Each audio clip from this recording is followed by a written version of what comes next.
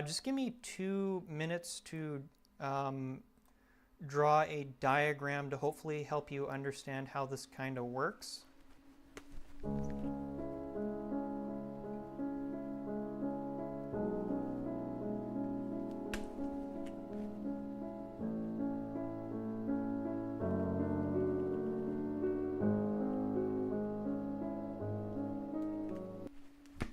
Okay.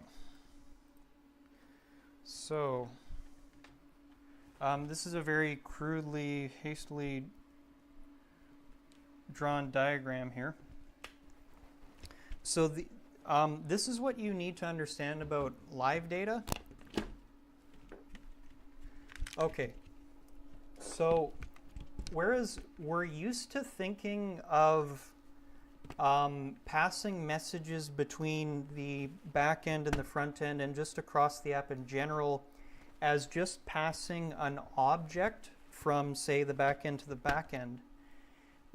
How I want you to think of LiveData, and also this is sort of applies to RxJava as well, is that LiveData itself in a way is like a tube or a communication channel.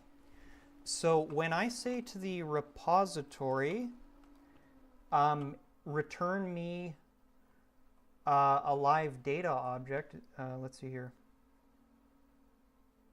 When we're returning or creating this LiveData object from the repository, which is essentially what's going on here, then what we're doing is we're saying to the repository, give me a connection.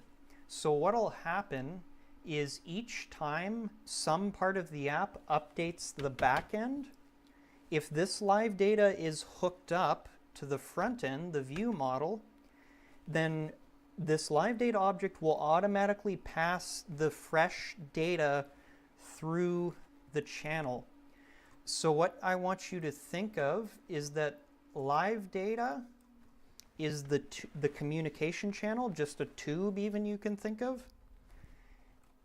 And then the resource, or specifically here, yeah, this list of repositories object, is the actual data that goes through it. So that's like the most important thing you need to know about LiveData, is that in a sense, when I ask something for a LiveData object, the LiveData object is not the data I want, it is the connection channel. So, and the way that architecture components is configured is that it basically updates automatically. So let's say I have a fragment. So let's say I have 2 fragments. Here, I'll keep drawing because I have the whiteboard out.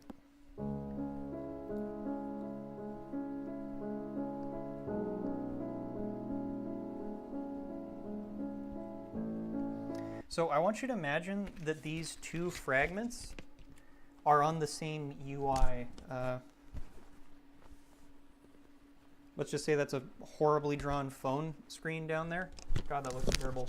So one of the fragments, if I touch it, it changes the room database. It updates the database. And this one shows the freshest data.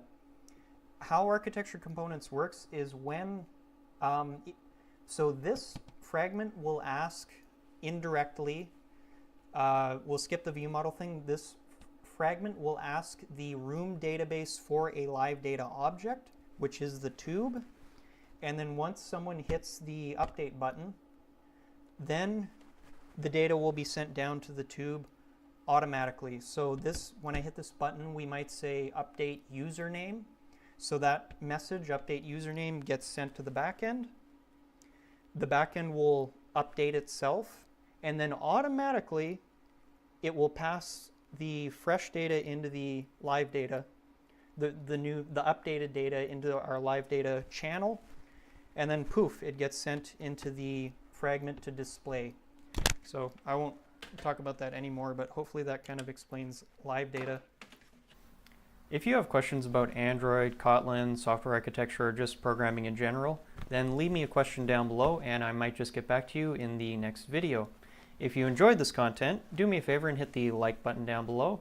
Consider subscribing, following me on your preferred social media platforms, and even throwing me a couple bucks on PayPal or Patreon. Links in the description box below. Thanks for watching, and peace out.